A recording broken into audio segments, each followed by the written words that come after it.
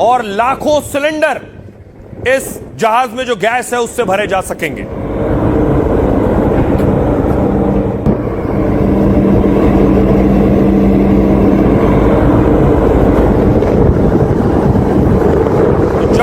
जहां गोले दग रहे हैं, मिसाइल और ड्रोन दागे जा रहे हैं, वहां भारत का जहाज आया है। दूसरी तरफ आज अखिलेश यादव और संजय सिंह एलपीजी सिलेंडर के साथ प्रोटेस्ट कर रहे थे पार्लियामेंट पे।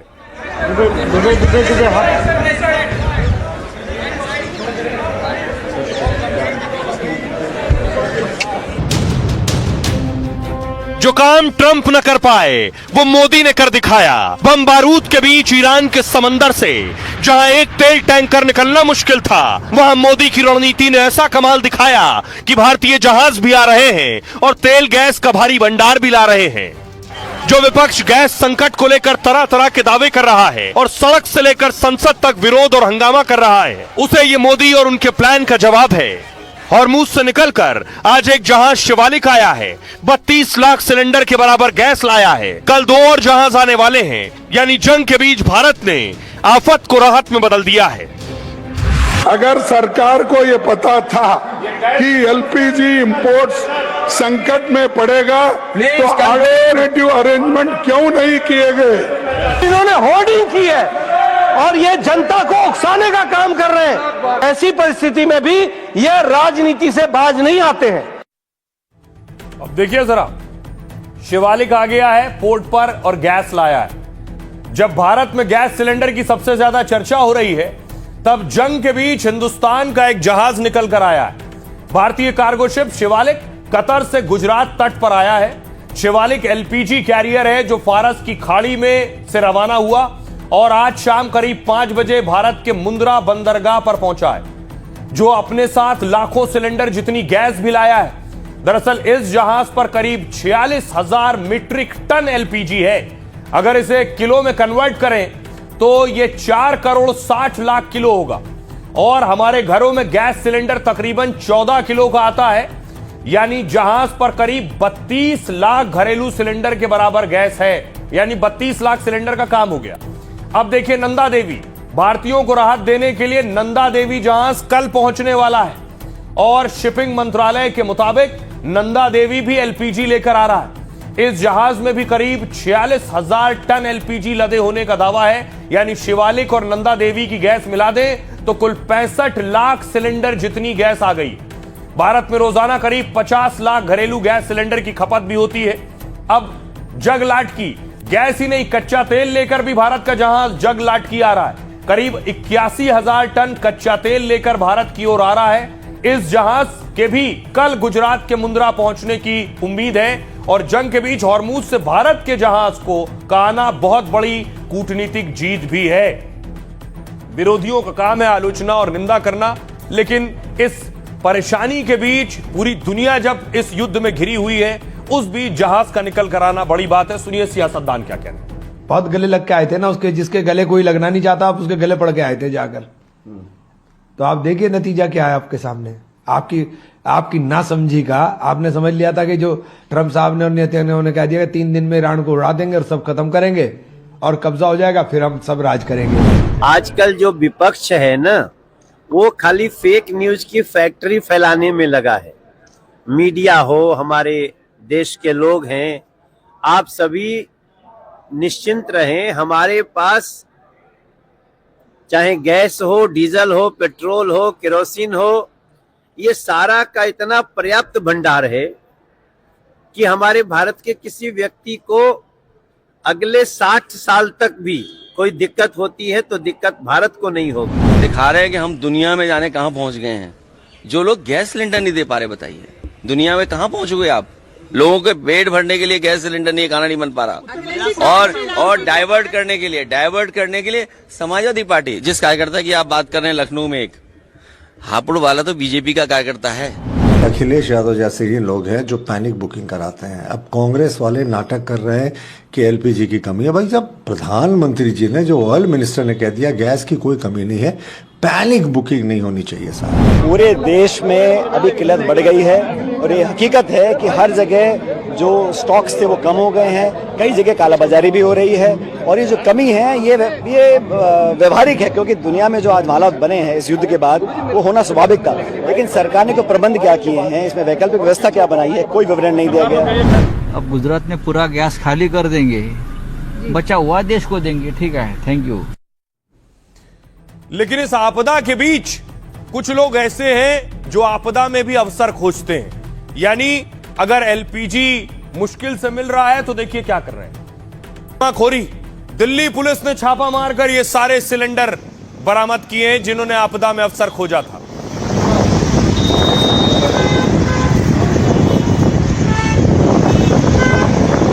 तो जमाखोरी भी शुरू हो जाती है कि इन्हीं सिलेंडर को ब्लैक में बेचेंगे, 3,000-4,500 में एक सिलेंडर देंगे। क्यों? क्योंकि आम आदमी अगर परेशान है।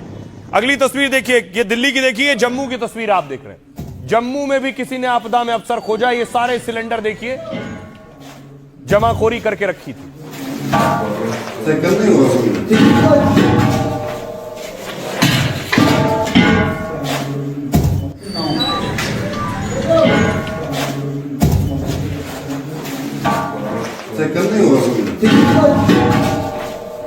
और पुलिस ने रेड की, रेड के बाद ये खजाना मिला है। अब देखिए सरकार ने नई गाइडलाइंस भी जारी कर दी है। क्या है नई गाइडलाइंस में? देश में गैस संकट को लेकर सरकार ने ताबड़तोड़ कार्रवाई की है। सरकार ने गैस सप्लाई से जुड़े कई नियमों को बदला है। पाइपलाइन कनेक्शन वाले उपभोक्ताओं पर बड़ा बदलाव किया गया है। पीएनजी कनेक्शन वालों के लिए एलपीजी सिलेंडर की सप्लाई बंद कर दी गई, यानी जिनके पास पाइपलाइन कनेक्शन है उन्हें सिलेंडर नहीं मिलेगा। पीएनजी उपभोक्ताओं को पुराने सिलेंडर तुरंत जमा कराने के आदेश है। अगर ऐसा नहीं किया गया तो सरकार ने कार्रवाई की चेतावनी दी है। सरकार के इस आदेश का मकसद है जरूरतमंदों तक गैस पहुंचाना। एलपीजी सिलेंडर से जुड़े कई नियमों को सरकार ने बदल दिया है। शहरी इलाकों के लिए 25 दिनों बाद बुकिंग के आदेश जारी हुए हैं। साथ ही ग्रामीण इलाकों में अब सिलेंडर 45 दिन बाद बुक किया जा सकेगा। फर्जीवाड़ा रोकने के लिए बिना ओटीपी के सिलेंडर डिलीवरी बंद कर दी गई है। सरकार ने गैस सिलेंडर पर ईसीए एक्ट लागू कर दिया है। इसका उद्देश्य आम लोगों तक जरूरी चीजों की सप्लाई सुनिश्चित करना है और उनकी कीमतों को नियंत्रित बनाए रखना है। इस ईसीए एक्ट के उल्लंघन पर 7 साल की जेल और जुर्माने का प्रावधान है। यानी एक्ट लागू होने पर कोई जमाखोरी करे तो 7 साल जेल हो सकती है। साथ ही प्रशासन अवैध रूप से जमा स्टॉक को भी जब्त कर सकता है। तो सरकार लगातार इस पर नजर भी बनाए हुए है, एक्शन भी ले रही है। सुनिए जरा क्या कुछ कह रही है सुजाता शर्मा, ज्वाइंट सेक्रेटरी है। पर्याप्त मात्रा में क्रूड अवेलेबल है। सभी रिफाइनरीज हाईएस्ट कैपेसिटी पर ऑपरेट कर रही हैं। हमारे पेट्रोल पंप्स नॉर्मल ऑपरेट कर रहे हैं, कहीं कोई ड्राई आउट रिपोर्टेड नहीं है। Natural gas 100% supplied to CNG and PNG customers is made. CNG for vehicles is made. Commercial LPG के बारे में मैं ये बोलना चाहूँगी कि लगभग सभी स्टेट्स, बहुत सारे स्टेट्स ने कमर्शियल एलपीजी का डिस्ट्रीब्यूशन स्टार्ट किया है and the release orders, the allocation orders have also been issued by them. अब देखिए भारत में कम से कम ये स्थिति नहीं है। पाकिस्तान में देखिए हालात क्या है। पाकिस्तान में यही ब्रेकिंग चल रही है कि सामान लगातार महंगा हो रहा है। सो इसे अवाम के लिए एक और पूरी खबर। पेट्रोलियम मसनूआत के बाद खुर्दनी घी और तेल भी महंगा, 10 से 20 रुपए फी किलो तक निर्ख बढ़ा दिए। घी की 16 किलो टीन के निर्ख भी 320 रुपए तक बढ़ गए। दर्जावल घी और तेल के निर्ख 10 रुपए इजाफे से 600 रुपए हो गए। इसे अवाम के लिए एक और पूरी खबर। पेट्रोलियम मसनूआत के बाद खुर्दनी घी और तेल भी महंगा, 10 से 20 रुपए फी किलो तक निर्ख बढ़ा दिए। घी की 16 किलो टीन के निर्ख भी 320 रुपए तक बढ़ गए। दर्जावल घी और तेल के निर्ख। अब आपको बताऊं, जहां से किसी का तेल नहीं निकल पा रहा, अमेरिका का तेल नहीं निकल रहा, बाकी दूसरे मुल्कों का नहीं तेल जा पा रहा है, वो जगह से भारत तेल लेकर आया। कौन सी जगह है जरा देखिए। पहले मैंने आपको बताया है, ये है हॉर्मुज स्ट्रेट, फारस की खाड़ी, कतर से गैस आई है और यहां ये जो आप कर्व देख रहे हैं यही सब कुछ फंसता है। यही ईरान स्ट्रेट ऑफ हॉर्मुज से गुजरने नहीं देता। यहां से ओमान की खाड़ी होते हुए अरब सागर, मुंबई और गुजरात तक तेल जा रहा है। यही रूट है, यही सारी टेंशन है, यही मिसाइल दागी जा रही है और यही फारस की खाड़ी में सैकड़ों जहाज रुके हुए हैं। अब आपको दिखाऊं कहां हॉर्मूज स्ट्रेट में जहाज रुके हुए, ये आप देख रहे हैं, ये है फारस की खाड़ी। दर्जनों जहाज तेल और गैस लेकर अटके हुए हैं यहां पर।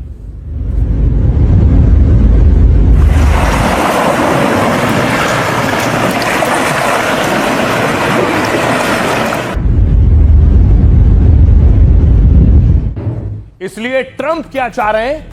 ट्रंप चाह रहे हैं कि इस जगह से बाकी जहाज भी निकल सके, इसलिए इस समंदर में भी ट्रंप जंग करने को तैयार है। उन्होंने देखिए वॉरशिप्स भेज दिए हैं और अपने मरीन कमांडो भी भेज दिए हैं बाकायदा हॉर्मूज स्ट्रेट के समंदर में।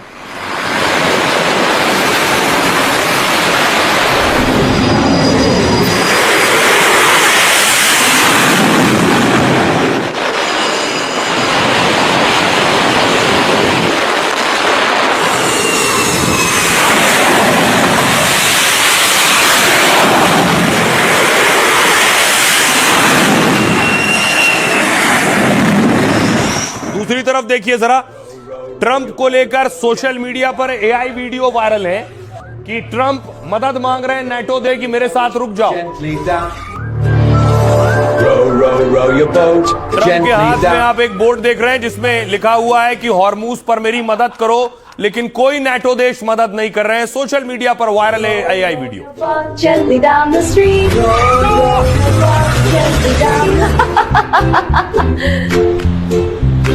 Come on, stop. I know how it feel to wake up, fucked up, pockets broken, pound.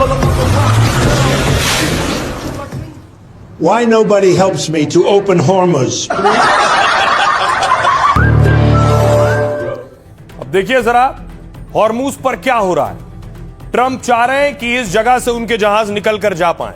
दावा है दुनिया के जहाजों के लिए हॉर्मूज स्ट्रेट खोल दिया गया है, लेकिन अमेरिका और इजराइल के लिए जहाजों के लिए इनके हॉर्मूज स्ट्रेट बंद है और उस पर हमला हो रहा है। ईरानी विदेश मंत्री ने अमेरिकी मीडिया को इंटरव्यू में कहा है, अब्बास अराक्ची बोले हॉर्मूज स्ट्रेट पूरी तरह बंद नहीं है। उन्होंने कहा अमेरिका यह दिखाने की कोशिश कर रहा है कि ईरान ने अंतर्राष्ट्रीय समुद्री मार्ग को बंद कर दिया है ताकि सबको यह लगे कि ईरान पूरी दुनिया के खिलाफ खड़ा हुआ है, वो केवल अमेरिकी और इजरायली जहाजों के लिए बंद है। अराक्ची ने कहा है कि ईरान पड़ोसी या पूरी दुनिया से युद्ध नहीं चाहता है। यह दावा गलत है कि ईरान सबके खिलाफ लड़ाई कर रहा है। दरअसल हॉर्मूज स्ट्रेट से दुनिया का 20% तेल गैस निकलता है, लेकिन ईरान की IRGC फोर्स हॉर्मूज स्ट्रेट पर हमलावर है। वहां से गुजरने वाले कई जहाजों को लगातार निशाना बना रही है। इसलिए सोचिए, ट्रंप चाहते हैं कि नेटो देश अमेरिका की मदद करें और हॉर्मूज में जहाजों को सुरक्षा देने के लिए ये लोग अपने अपने वॉरशिप भी भेज दें यहां। ट्रंप ने कहा जो हॉर्मूज से फायदा उठाते हैं वो भी मदद करें, लेकिन ब्रिटेन, फ्रांस, दक्षिण कोरिया, जापान, जर्मनी, ग्रीस ने मना कर दिया, जिसके बाद ट्रंप ने कहा नेटो का भविष्य बदतर हो जाएगा। मुझे लगता है यह नेटो के भविष्य के लिए बहुत बुरा होगा। ब्रिटेन ने कहा हम मिडिल ईस्ट के युद्ध में नहीं उतरेंगे। जर्मनी ने भी कहा मिडिल ईस्ट की जंग नेटो की जंग नहीं है, इसलिए हम इस युद्ध का हिस्सा नहीं बनने वाले हैं। सुनिए जरा ट्रंप क्या कुछ कह रहे हैं और ईरान के विदेश मंत्री क्या कह रहे हैं। दरअसल हॉर्मुज स्ट्रेट दुनिया के लिए खुला है। ये केवल हमारे दुश्मनों और हम पर हमला करने वालों के लिए बंद है। दुश्मन और उनके सहयोगी के टैंकर और जहाजों के लिए बंद है। बाकी सभी के लिए आवाजाही बिल्कुल सामान्य है। जिन देशों का तेल हॉर्मुज स्ट्रेट के रास्ते से गुजरता है उन्हें इसकी सुरक्षा सुनिश्चित करनी चाहिए। हॉर्मुज को खोलने के लिए चीन, जापान, फ्रांस और ब्रिटेन जैसे देशों को भी अपने युद्धपोत भेजने चाहिए। अगर हमें सहयोग नहीं मिला तो ईरान की नाकेबंदी के खिलाफ खुद सख्त कार्रवाई करेंगे और जरूरत पड़ने पर चीन के साथ बैठक टाल सकते हैं। अब देखिए जरा ट्रंप नेटो से भी भिड़ रहे हैं। ट्रंप नेटो को कह रहे हैं कि आप बर्बाद हो जाओगे अगर आपने मेरी मदद या इस हालात में मदद नहीं की। तो क्या नेटो से लड़ने की स्थिति में है अमेरिका? दोनों की ताकत देखिए क्या है ताकत। अमेरिका में देखिए जरा, अमेरिका के पास 13,28,000 सक्रिय सैनिक हैं और नेटो के पास संख्या देखिए 21 लाख है। नेटो में 32 देश हैं, उधर अमेरिका है, बाकी के 31 इधर है। रिजर्व सैनिक अमेरिका के पास 8 लाख है, नेटो के पास 20 लाख है। एयरक्राफ्ट 13,000 अमेरिका के पास है और नेटो के 31 देश मिला दे तो होता है 1 लाख। लड़ाकू विमान अमेरिका के पास है 1790 और नेटो के पास 3,200 से ज्यादा है।